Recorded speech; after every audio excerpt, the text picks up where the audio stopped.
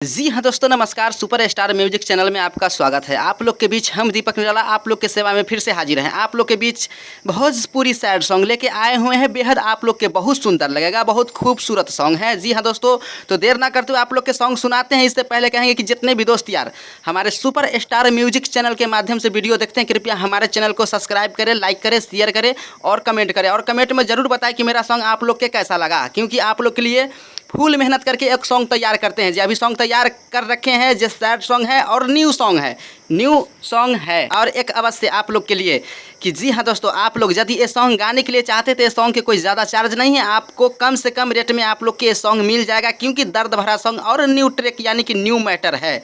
जी हाँ दोस्तों, तो अपना ट्रैक बनवाए खुद बढ़िया से बढ़िया चैनल पर, बढ़िया से बढ़िया यानी कंपनी में जाके यानी कि ये सॉन्ग का यानी कि म्यूजिक बनवाए और म्यूजिक बढ़िया से कंपोज कराएं।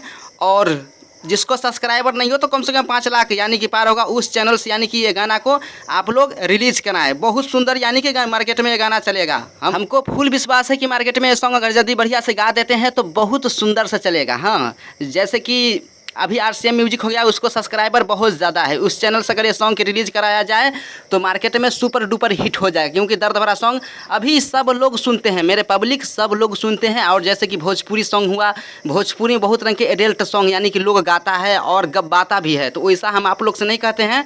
आप लोग से इतना ही कहते कि आप लोग साफ़ सुथरा गाना गाए, मार्केट में साफ़ सुथरा गाना गाए और अपने दोस्त यार सबको सुनाए और मार्केट में अपने नाम को बना के रखें सब दिन। तो देर ना करते हुए आप लोग के सॉन्ग सुनाते कि मेरे गाना का बोल क्या है और कौन सा मैटर और कौन सा भाव से है। सुनिए मेरे गाना का बोल क्या तरीका से है।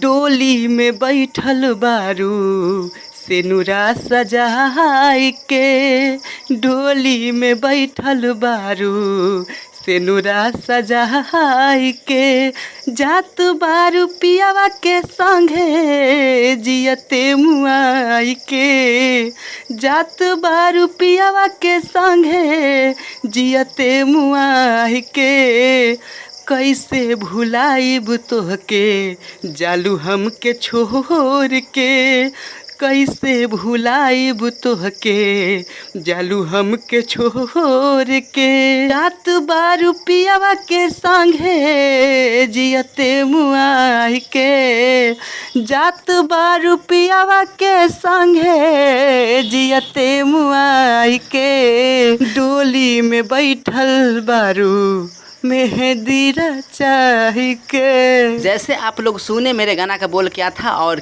किस मैटर और कौन सा भाव से था। जी हाँ दोस्तों, ये गाना आप लोग के बीच यानी कि मेरे पास में फुल यानी कि सॉन्ग लिखा के रखा गया हुआ है। आप लोग के बीच इसका यानी कि बोल गया है ओनली पीस, यानी कि आप लोग बोल सुनिए।